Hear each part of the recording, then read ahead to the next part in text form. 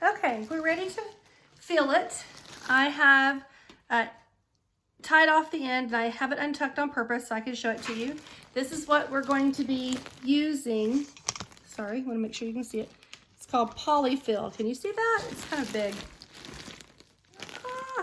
Not doing a very good job here. It's a really large bag. Okay, so that is what we're using. Sorry, that's a weird camera angle there.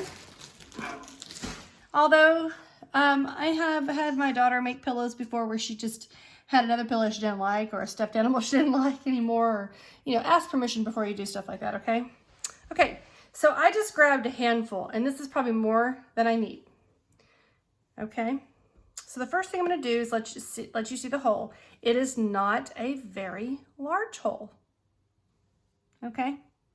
I don't want it to be really large because I don't want all this stuffing hanging out. So I'm going to pull it apart and start kind of stuffing it in.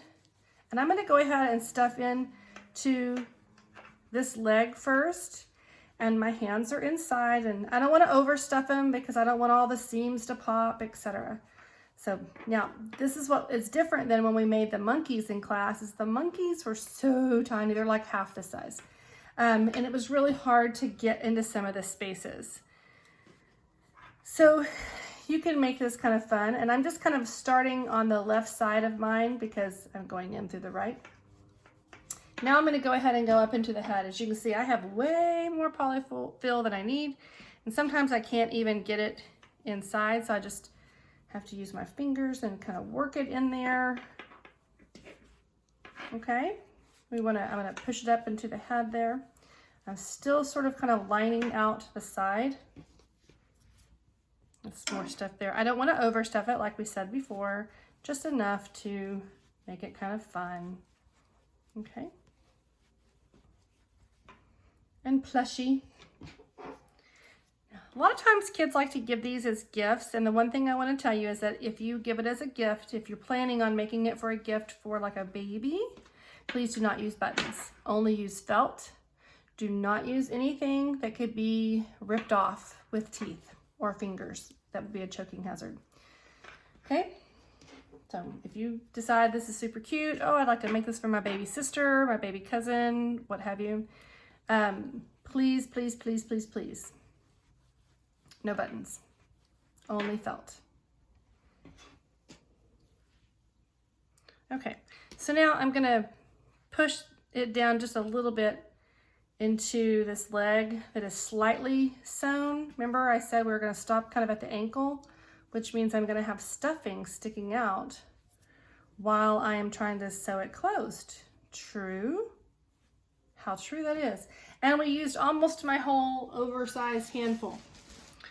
And anything that's in here, I can kind of spread it out and do it that way. Okay, so now I'm going to seal it back together.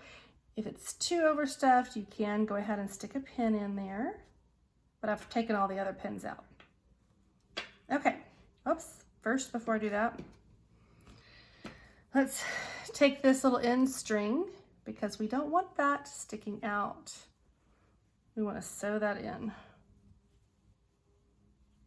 Okay, pin that together if it's a little too overstuffed, and then we can manipulate the stuffing in just a minute. All right, so I've already threaded my needle up, and just so that you know, this is exactly the same thing that we've been doing all along. I start in the same spot, but I start only on the top layer. Okay, even if doesn't matter what stitch you're doing.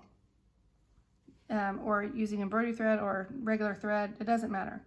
You can actually do the blanket stitch with regular thread, just FYI. I'm going to pull it through. Got a little knot in there. Let's get that out.